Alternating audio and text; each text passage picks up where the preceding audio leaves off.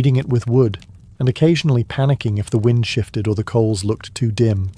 It wasn't glamorous, but it was essential. You could go without breakfast.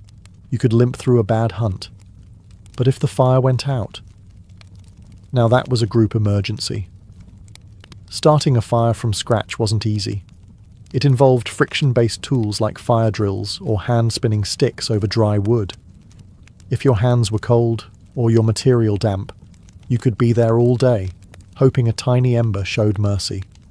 This is why many groups tried to keep a single fire going at all times, even when moving camp.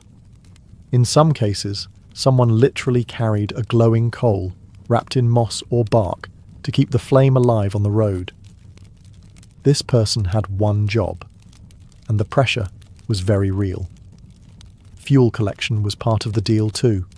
Dry wood, kindling, animal dung, whatever burned without exploding was fair game.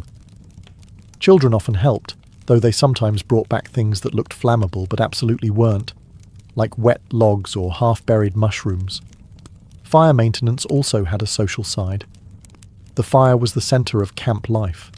People sat around it, told stories, shared food, and argued about whose turn it was to keep watch.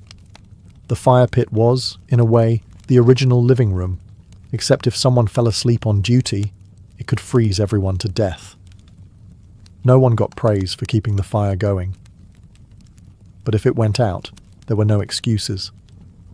Just a lot of angry looks and the sentence, "Guess who's making sparks tonight?"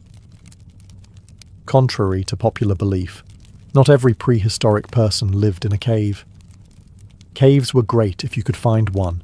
Natural shelter, wind protection, and built-in walls. But they weren't always available, especially if other groups or wild animals had already claimed them. So, like any determined human, early people built their own homes. Sort of. Construction in the Paleolithic era wasn't about aesthetics. There were no blueprints, no architects, and certainly no HOA regulations. The main goal was simple: keep the weather out and the people in. If you lived in an area without usable caves, you probably built huts or shelters from wood, bones, mud, grass, and whatever else was lying around. A solid framework of branches or mammoth ribs would be lashed together with animal sinew or vines, then covered with hides, bark, or packed dirt. The result? A lopsided structure that leaked slightly less than standing outside. Building was a group effort.